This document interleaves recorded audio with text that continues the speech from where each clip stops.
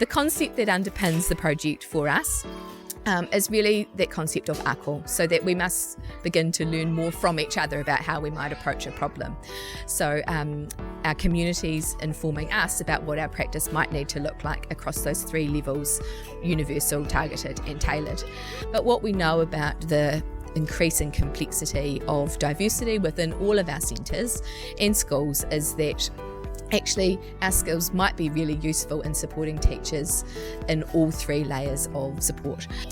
For the children, I guess the thing is that we're doing what we're here to do, and that's remove the barriers for them to participation and learning. And whether that be the traditional group that we might have worked in learning support, or actually whole groups of children, we're creating environments that are supportive to teaching and learning, which is what education's all about.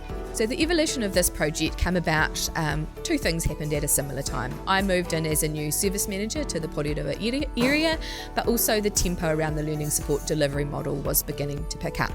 So that really encourages us to think more flexibly about the way that we're working, but also have a much more local geographic flavour to the work that we're doing within learning support. The name of our project is Te roopu, arahina, puawaitanga, which is based on the whakatauki that what is nurtured will blossom. So we have 2 staff members visit each centre once a month for about 2 hours, and I said that's really around 2 things: being a part of the tempo and having those wonderful reciprocal conversations with both teachers and with families. Usually, or in the past, we would have learning support come in when there's a need. Now they're coming in to be responsive within our cultural context. So that gives a lot of time for our whānau to be able to have a cup of coffee, engage with Bex and Rochelle, talk with the teachers as well. So it's sort of like a triangle relationship during the visit, and also be with their child. So in the context that is real. My oldest son, he was 8 years old when he was diagnosed with his disability. So he went through the primary school system without any support. With my youngest child now, the reason why it feels different this time around is because he's been picked up earlier, like in the early learning centre, instead of waiting until he's at primary school.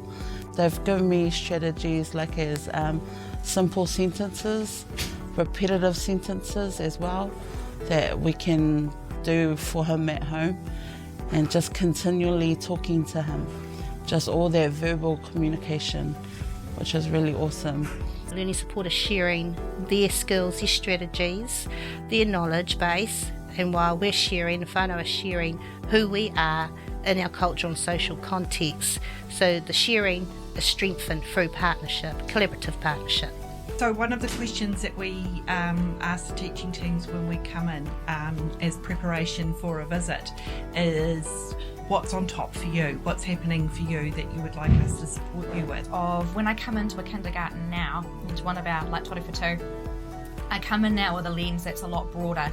Instead of it being an individual lens for one child with a set of needs, I come in now and look at the layers of the centre and the children that have a variety of needs. And I work with parents more directly and teaching team more directly to share strategies to support those children.